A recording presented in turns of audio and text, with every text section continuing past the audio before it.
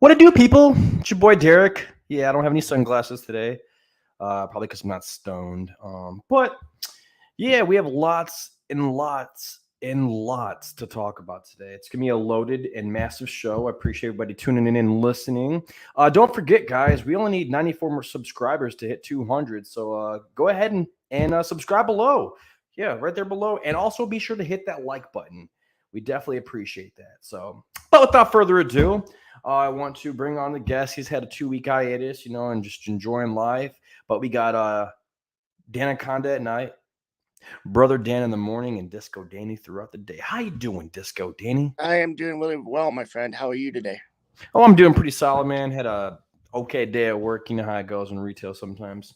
Um, yeah, but I had a great weekend. I went to Lala this weekend, so that was a lot of fun. A little late Wednesday, I did the show, and then Thursday, Friday, Saturday, and Sunday was Lala. It was a lot of fun. I got to see Metallica, man, and Green Day. And Green Day is really neat, man. They bring fans onto the stage, which I thought was really cool. Like they brought one fan on, and that fan sung with them as they were performing, and then that fan came off, and then he asked for another fan that can come on that knew how to play the guitar, and she played the guitar. And at the same time she was playing the guitar, she was singing with him in the microphone, which I thought was pretty neat. Then right after the whole song was over, he goes, "You can keep the guitar." What? Yeah. That's dope. I mean, shit. Like, talk about some little girl's dream come true. She was probably like 18 years old and going up there, getting to sing with, Green Day and stuff like that. What if she was into music, man? She could spark And her like now you career. get to keep the guitar.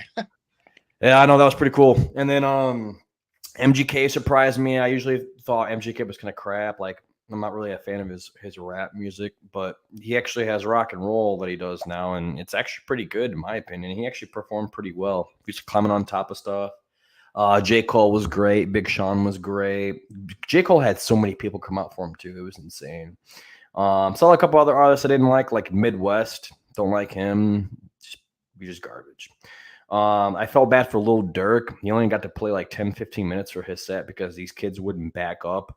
Um, they kept like pushing the barrier down, and Lala wasn't having it, so they wouldn't let him perform until they did that. So they finally backed up, and he was able to perform, but it was only for like 10 minutes, and like 40 minutes of his set was already gone. It sucked for that guy. I felt bad for him. I'm not a fan of Lil Durk, but I mean, those that were fans of him that were probably in the middle or the back, I bet you they were irritated. You got shafted. Yeah, literally. And then, I mean, there were loads of other great artists. There were some new artists I got to see for the first time. Maggie O'Malley, she's like EDM artist. She's pretty good. Whipped Cream was pretty lit. There's a lot of good artists out there, man. I had a really good time this weekend. But what about you, man? Just been working a lot, staying busy, man. Just preparing for fantasy football. Been doing a lot of research there, trying to get these teams together for us. Excuse me. Sorry, I losing my voice there for a second. Just doing a lot of studying, just trying to get ready for the upcoming season and see where that goes. Obviously, I'd like to repeat with you as the champions and win some cash. So Hell we'll see yeah. how that goes. Sounds good to me, man. Two Pete, bro. Then it'll be three Pete. Then it's four Pete, and then they just quit and they don't want to play anymore because it's just Yeah, but it's just, like we're disbanding the league. This ain't fun. But all right, man, we'll get started. I talked about this last week, I believe, but you weren't on the show, so I'm gonna bring it up again. But Julio Jones, he's joining the Bucks and giving Tom Brady another weapon to throw to. Obviously, they have Mike Evans, Chris Godwin on the team. Gronk just retired, but they did just sign Kyle Rudolph. Now they have Julio Jones, man. What are your thoughts on this? I think he'll get a lot of pressure off Godwin and Evans. I don't think he'll be like that threat he used to be, but I mean, he's still talented enough to be a number one receiver in certain instances, and like he'll be a big red zone target. So I think he'll get a lot of double teams off the other receivers. Yeah, I agree. I think he steals some touchdown production away from Chris Godwin and Mike Evans, but at least he's got two corner pieces on the pretty much on any end that Brady can throw to. Like you got Mike Evans on one side, you could put Julio Jones on the other side. They know how to stretch out for the ball. They're really long and lengthy. Then you got Kyle Rudolph that can do the same exact thing. Like he'll put it where it needs to be. I like it. I think it's a great signing by them.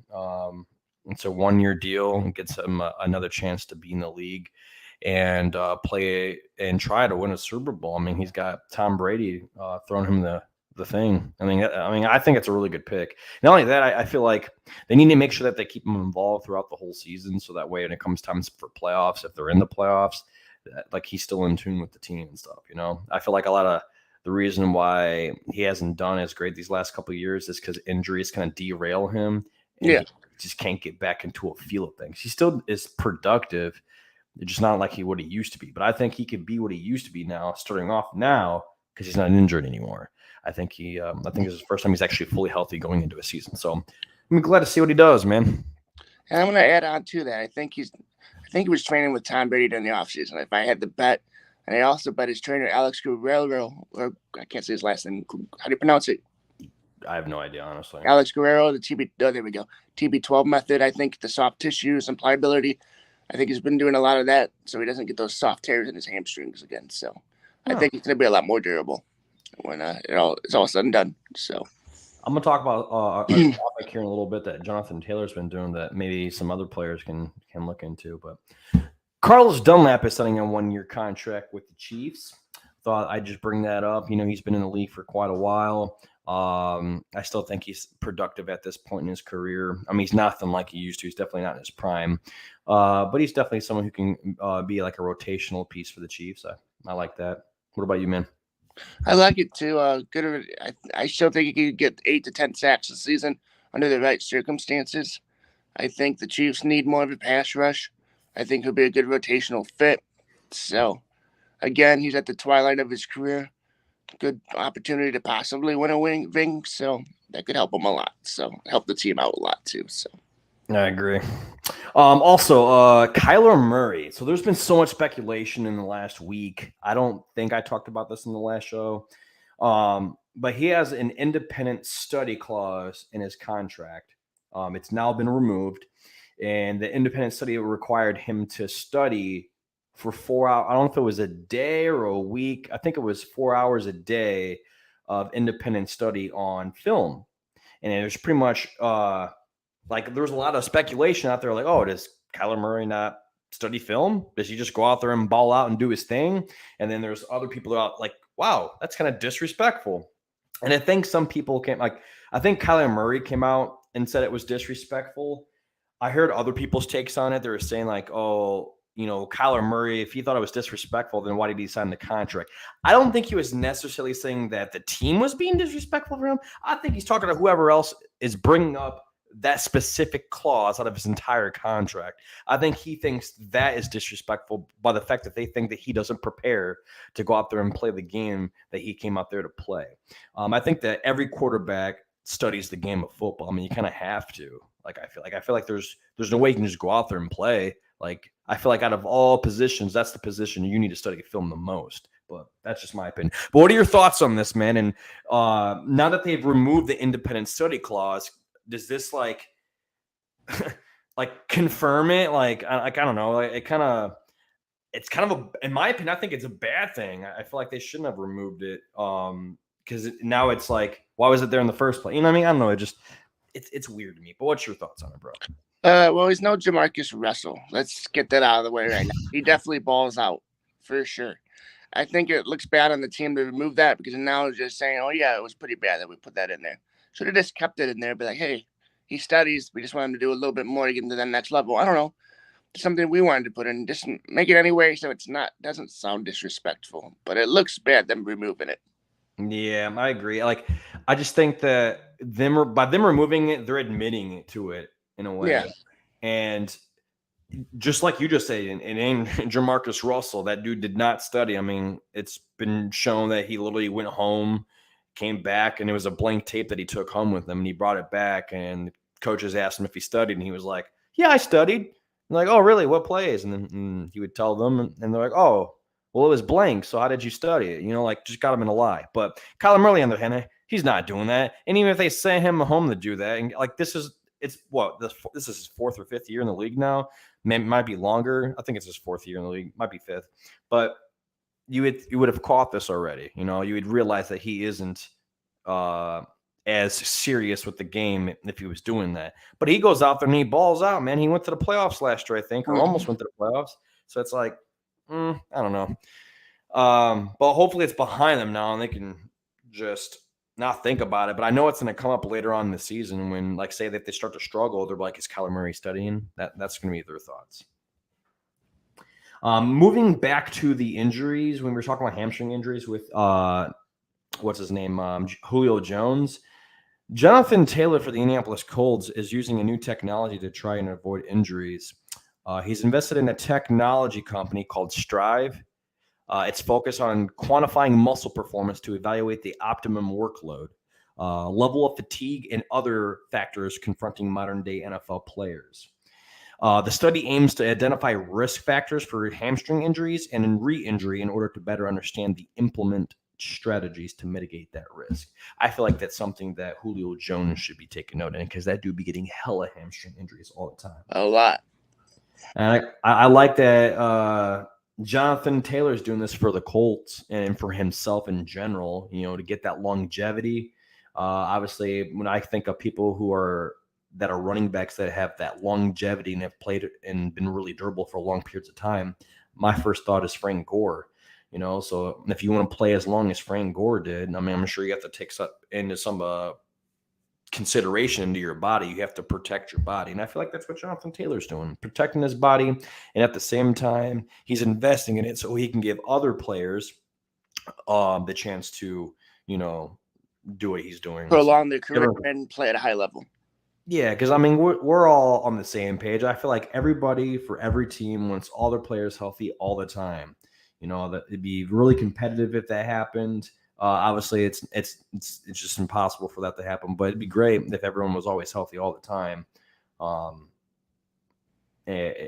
Then you really don't have any excuses for if you lose to that team or if you win.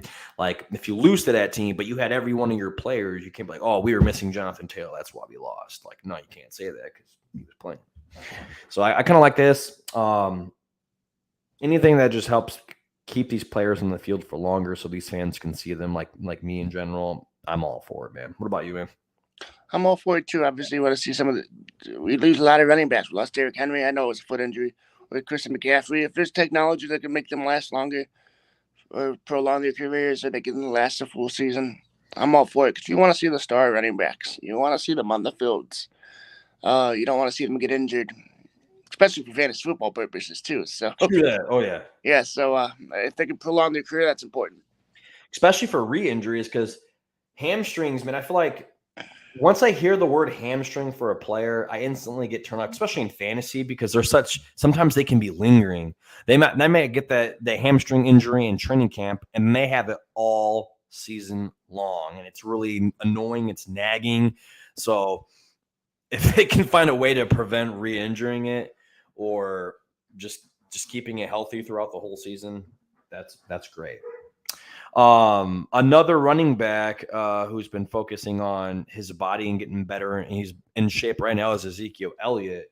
And Jerry Jones came out with a statement and said Ezekiel Elliott has to be the focus in the Cowboys rushing attack. Now, does that mean that Tony Pollard's not going to get shit? No. They actually said that Tony Pollard can still be productive in this system, even with Ezekiel Elliott being the main focus, which, in my opinion, I agree. I mean, you got to think about who is the 1-2 punch. You got Nick Chubb and what's his name? Kareem Hunt right now on the Browns. That's that 1-2 punch, but we already know that Nick Chubb's that focal point. He's going to be running the ball all the time. So if you have Ezekiel on there all the time and he's the main focus, everyone's going to focus on Zeke. Then you got Tony Pollard to come in and do some reps to keep him fresh and stuff like that. So what are your thoughts on this? Do you think that he needs to be the main focus on the team, or do you think like it should all be on Dak's shoulders? He definitely does need to do that because CeeDee Lamb's the only receiver they really got. Gallup's still coming off that ACL injury, so I think it's important that he could be like the main focus. Get the rush going, get the pressure off the pass game, opens up play action. It just help the receivers. So I think it's important that Zeke lives up to his potential a little bit. Yeah, like spinning off of what you just said, if they're focusing just on Ezekiel Elliott all the time. It's going to make the offensive lineman, I think, a little bit better too, because if you're opening up the pass game and the play action, just going to give the quarterback more time to throw the ball, because all they're going to do is try to go down in those rushing lanes. And then, boom, you got a slant over the top. Boom, this person's running for loads of yards. And they have a lot of quick guys in there too. But yeah, right now, CeeDee Lamb's the number one guy. You got Gallup coming back. I think they drafted a couple of receivers too as well. So we'll see how they pan out. But yeah, and just for you fantasy football fanatics out there, this is the reason why I put it into the show. I actually screenshot it myself. But if Jerry Jones is saying that he wants Ezekiel Elliott to be the main focus, I mean, he's probably going to be the main focus, which means he's probably going to be scoring a lot of points this year if he's the main focus. So someone to look at. Yeah. Also, injuries. Bucs center Ryan Jensen is missing months with a knee injury. I think he either has an MCL or an ACL injury. He's going to be out for a while, and it sucks because I think the let's see. I think I have one saved. No, I don't. Okay. They have like 3, I think, offensive linemen that they have to replace to start the season, and that's not good for the Bucs. You want the continuity on the offensive line. You do, and you need that tremendously, especially when you got was it Rojo back there and Leonard Fournette. Yeah, I mean, it's not looking good for them. I mean, kind of sucks. You sign Julio Jones, and then I think it was like the next day, your starting center goes out, and he's like one of the main pieces of your entire offense. I mean, he's the one who's calling all the plays on the offensive line for their shifts and where they need to go, and it doesn't look good. It'll be all right though, because Fournette's bulked up. He can be center. He can be a center. That's true. He's like 260 pounds or something like that. Yeah. Ryan Jensen, and doesn't mean he's going to miss the whole season, but he could. It's a possibility. Yeah, it's a possibility. It depends on his recovery rate. Also, I wanted to bring something back up. I forgot to bring about this. Just got brought to my attention. I'm going to share my screen with you. This is going back to Kyler Murray. This is the statement that the team came out and said. They said, after seeing the distraction it created, we removed the addendum. I think it's how you say it. Addendum. Yeah, addendum. There we go. From the contract, it was clearly perceived in ways that were never intended. Our confidence in Kyler Murray is as high as it's ever been, and nothing demonstrates our belief in this ability to lead this team more than the commitment reflected in his contract. Just wanted to share that. That was their take on it and why they actually removed that that piece of information or clause from his contract. But back to the Ryan Jensen injury thing again. Yeah, I just feel like them losing a huge piece. I feel like this might be more important than what people think, but we'll see. It's Tom Brady. Get the ball out quick. Maybe he can make another center look super, super good. Or maybe they can just sign a veteran, in free agency. I don't know if there's any available or anything like that. It'll be okay. Let's see. Now for the big one. Deshaun Watson, man. He got suspended for 6 months. Now, I'm going to share some information for you guys so everyone can understand what the whole situation is. And ESPN made a little article earlier. There's a couple takeaways. It says NFL technically won its case against Watson. He did violate the protocol that they have. Their what do you call it? Personal conduct policy. I had to think about that for a second. Now, I was reading a few things in here, like right here. Robinson was not presented with all 24 cases. She was only given 12 cases, and out of those 12 cases, only 4 of them, they thought that they could bring those 4 people together to get that information. Because when I'm just assuming that out of all those 12 people that they had, only 4 of them had really, really, really good stories that they felt that they can use in court, and out of the other 8, they didn't. And obviously, you can't subpoena all 24 women to be there because the NFL doesn't have that type of power. They're not an actual court system, so they don't have the power to subpoena people. Let's see. He's guilty of that. There was lots of things that the lady that was trying to determine the sentence was putting in into her thought process. Deflategate, Bountygate, and she also made comments about how guys like Robert Kraft and other owners didn't get as severe consequences for their actions that like they've done before for things in the past. The NFL wants a suspension for the entire year. I think they have 3 days to decide whether they want to appeal the 6-game suspension or not, but they wanted it for the whole year. She made a comment inside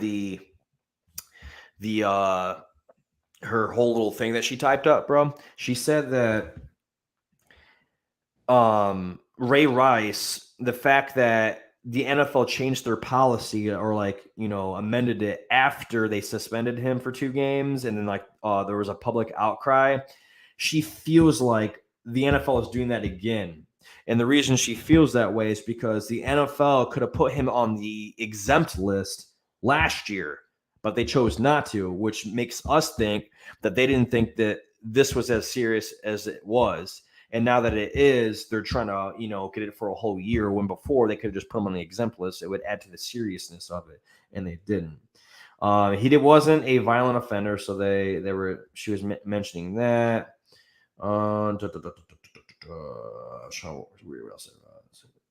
It was not random.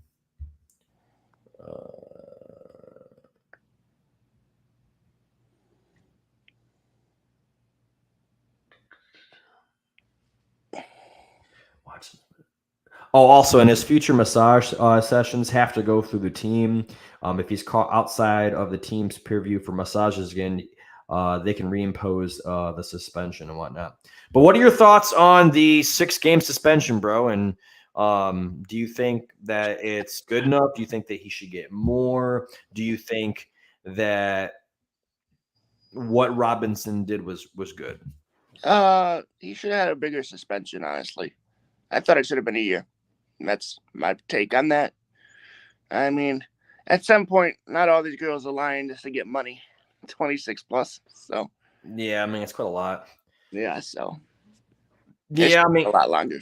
My take on it, I think that he did it just because, I mean, you have 26 people saying it. It's like, do you really have? I mean, I highly doubt you have 26 people that are holding grudges. Anyone wants money, and I can see that, but me personally, my integrity, if I'm a massage therapist and I see someone I gave them a massage to in the past, and all of a sudden I can jump on it for some money, I'm not going to do that just to jump on it for some money. Even if it's millions, man, like, I'm just not going to do it, because it's going to be in the back of my mind all the time that I did this guy bogus.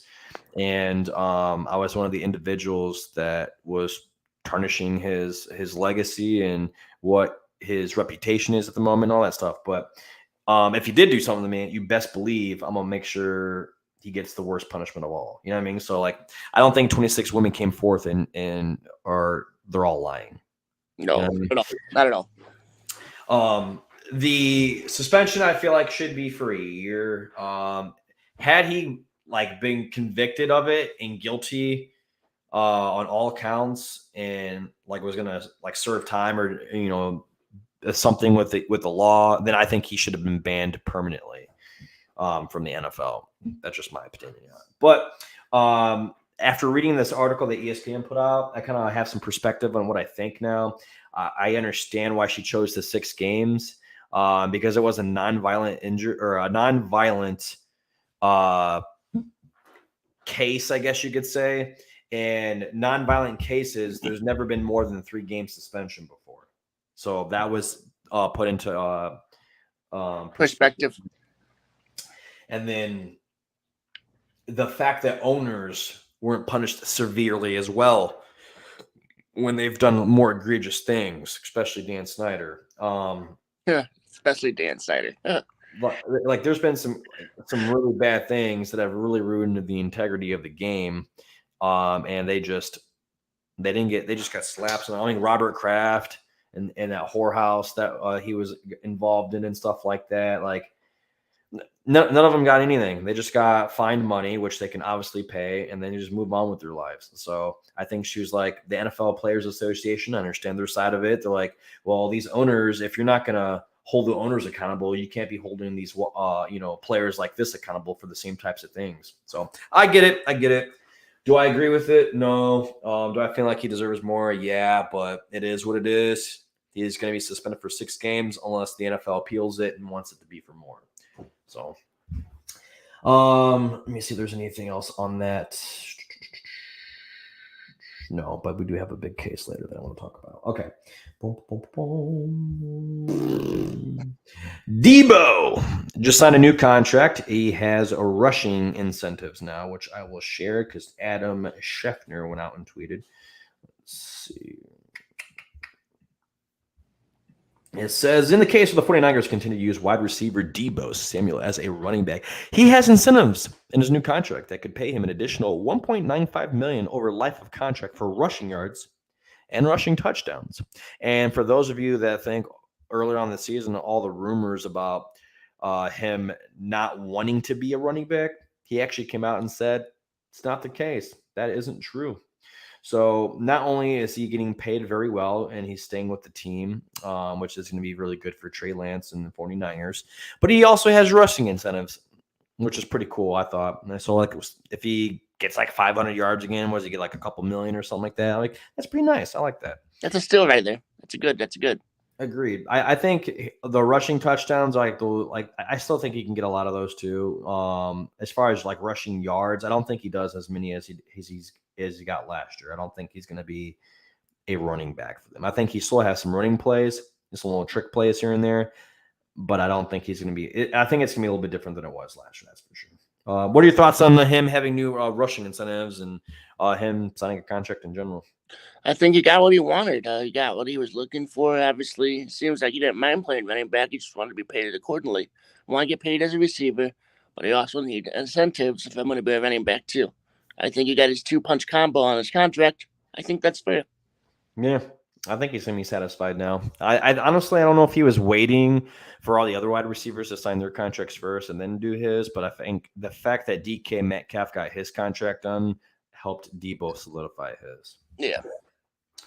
Some other signings, Lions signed running back Justin Jackson. He's actually pretty solid in my opinion. He was on the Chargers beforehand. I think he's filled in for Austin Eckler last year, and I forgot who the other running back they had before Austin Eckler, but he would always fill in, and he always was really productive and really good, so I feel like this is a really great signing for them. What are your thoughts, bro? I like the signing. Obviously, we had him on our fantasy team when he was with the Chargers, and he blew up for some 30-point gains. He's fast, he's agile, and elusive, so he can do everything. He's very shifty out of the backfield. You can throw swing passes his way. Not a big running back, but he'll be good out of the pass game. Yeah, he's not like an elite or running back or anything like that, but he can get the job done. He's not like a starter, but he's definitely someone who can fill in for a role for a couple games or two. Let's see who else we got on here. Oh, yeah. 4th round draft pick Isaiah Spiller has been taking first-team reps so far at camp, according to Taylor Biscotti. I'll share her thing, give her that credit. I like to give everybody the credit that's due. At Taylor Biscotti, Bisciotti on Twitter. She says that he is the only running back taking only first-team reps other than Austin Eckler. And this is a promising sign that he will be an RB2. I like this for the simple fact if he's on the first team, I think it's going to be a running back by committee with Eckler. I might stay away from Eckler this year, unless you're in a PPR league. But I might stay away from him as far as yards go because Isaiah Spiller's being – stealing his production. I think it's going to be a 1-2 punch, but it could be one of those things like Nick Chubb and Kareem Hunt, 1-2 punch, or how maybe Ezekiel Elliott and Tony Pollard are going to be this year, but we shall see. I just wanted to give you that information, Danny, because I know that you've been looking at running backs lately.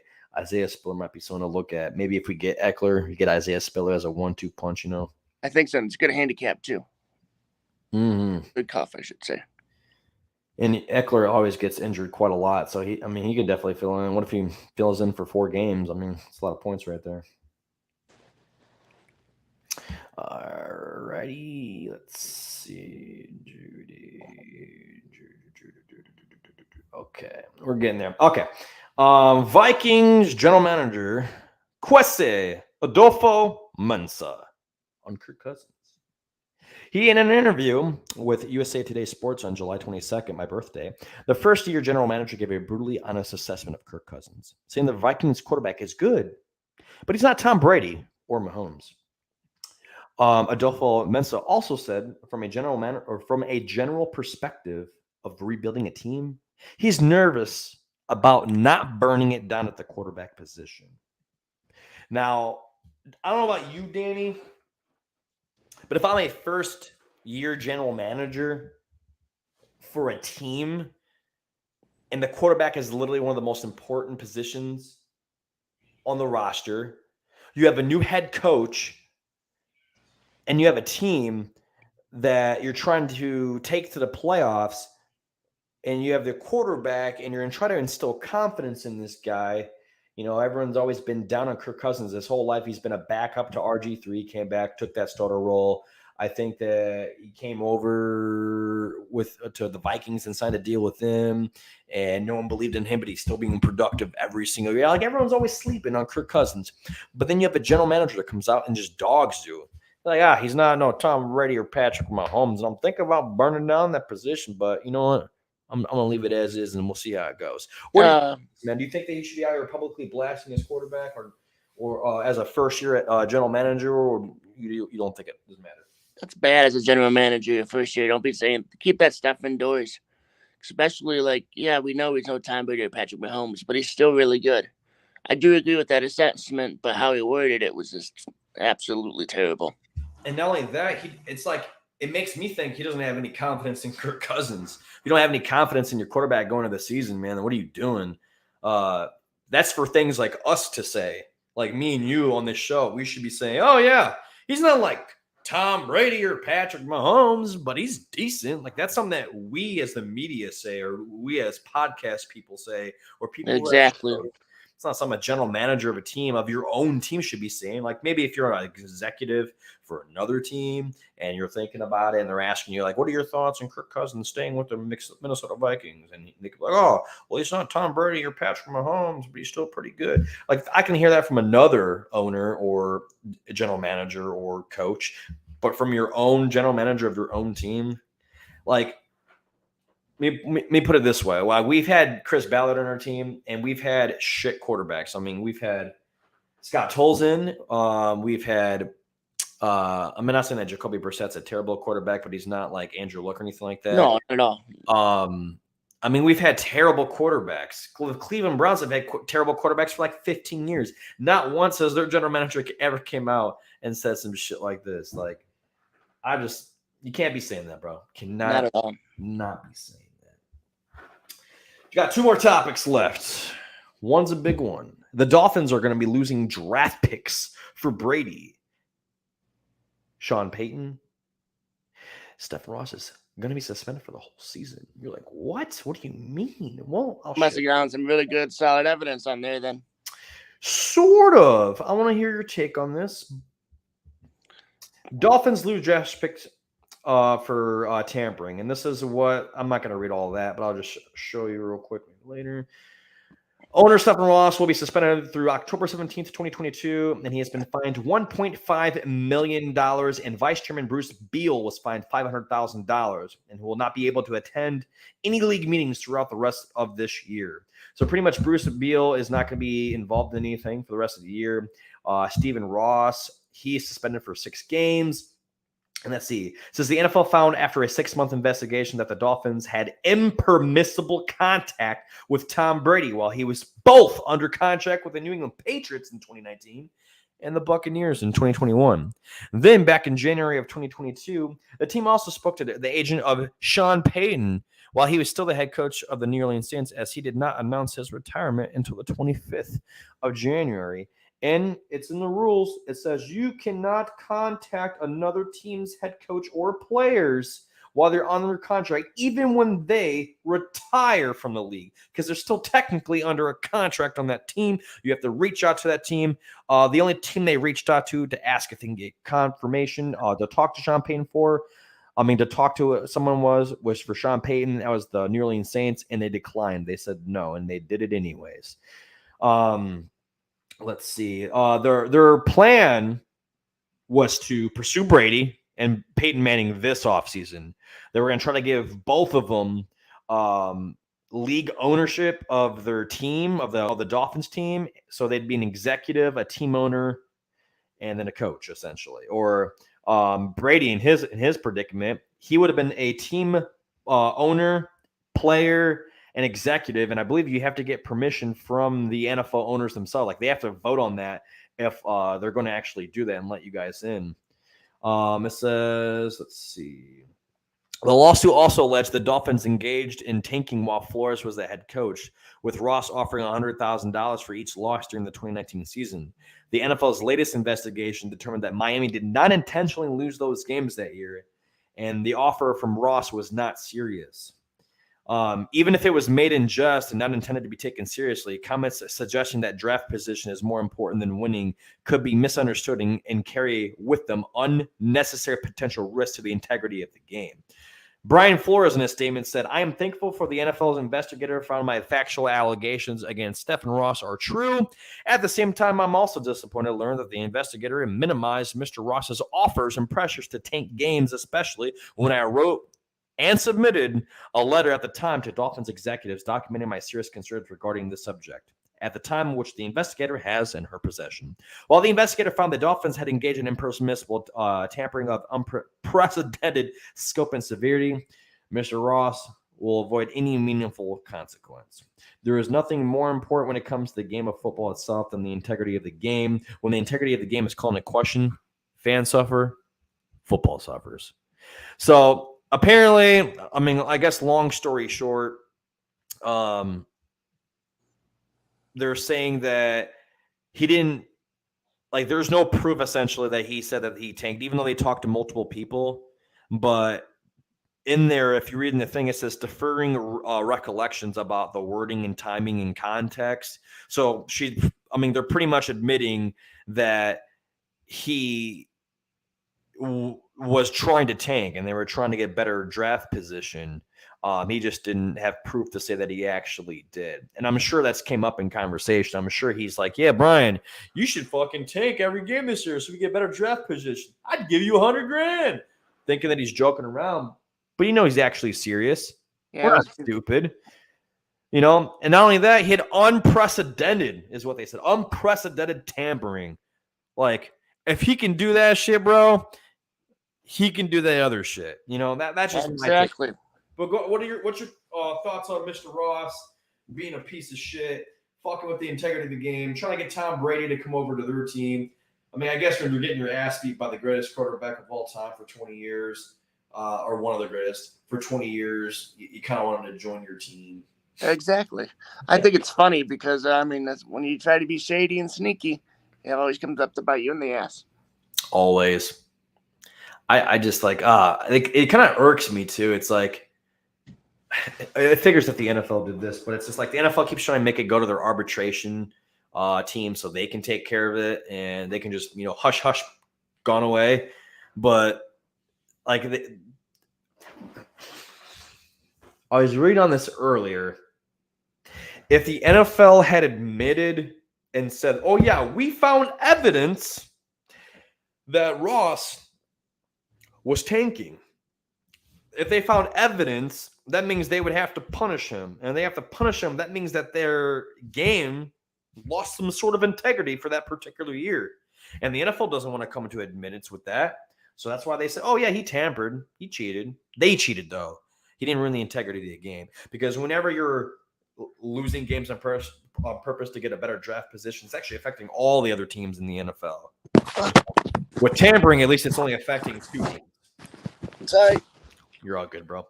So, like, I'm thinking to myself, so the NFL just didn't want to get caught up in their own mess and make this a bigger deal than possible. So they're just like, "Yeah, he said that, but he was joking."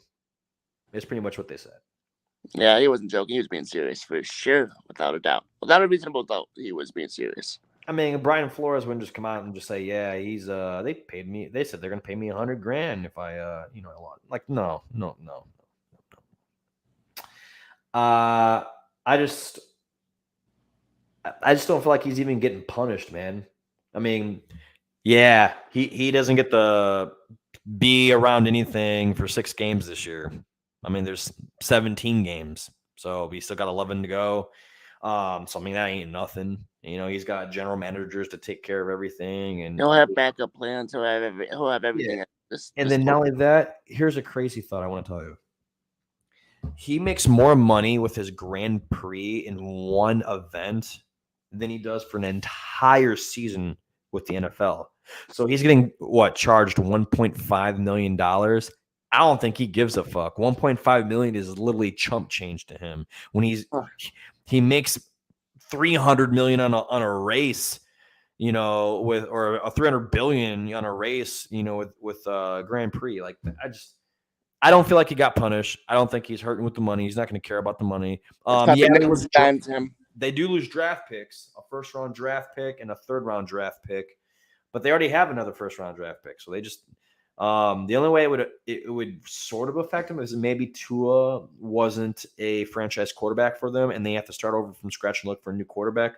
They might not have as much ammo to move up and grab one now, but also they can get more weapons for him if they did all that stuff. So like I said, I don't feel like it's going to affect them. I mean, obviously they're losing a first rounder, a third rounder, and he's getting charged $1.5 million. That's it. It's like, that's it. The owners don't get shit, bro.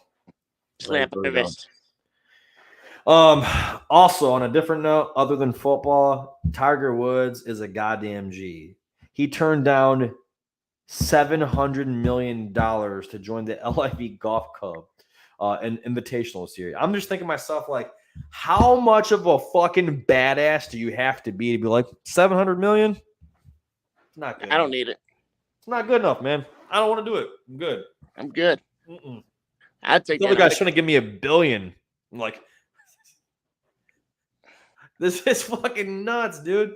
Like, everyone's out here talking about how MLB players make, like, I don't know, $700 million over. Like, this fucking dude is making $700 just for fucking playing golf. Barely get injuries in that. I mean, yeah, you get your back, maybe your hamstrings and leg, but barely. You're not playing physical contact with the sport. You're not running at high speeds, you know, to catch something. You're just swinging a club. You know, it's just $700 million, and you just said, no, I'm good. I don't need it. It's mind-boggling, bro. But yeah, that's all I got for today, brother Dan. You got anything else you want to add? No, sir. It was a pleasure being on with you today, and you all have a good night now. All right, man. See you later, homie. Later, buddy. Bye. All right, guys, that's going to complete our show for today. I do appreciate everybody listening.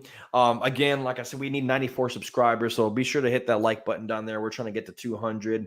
And also be sure to like it too as well if you did like it. If you didn't, you know, it's all good. But yeah, subscribe and like below.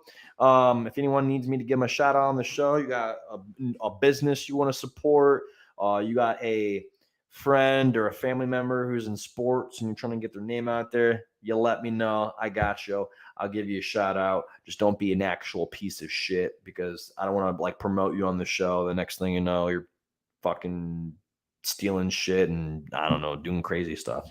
Don't do any of that stuff. But yeah, appreciate everyone watching my show and listening to me. Thank you. And you guys have a great night.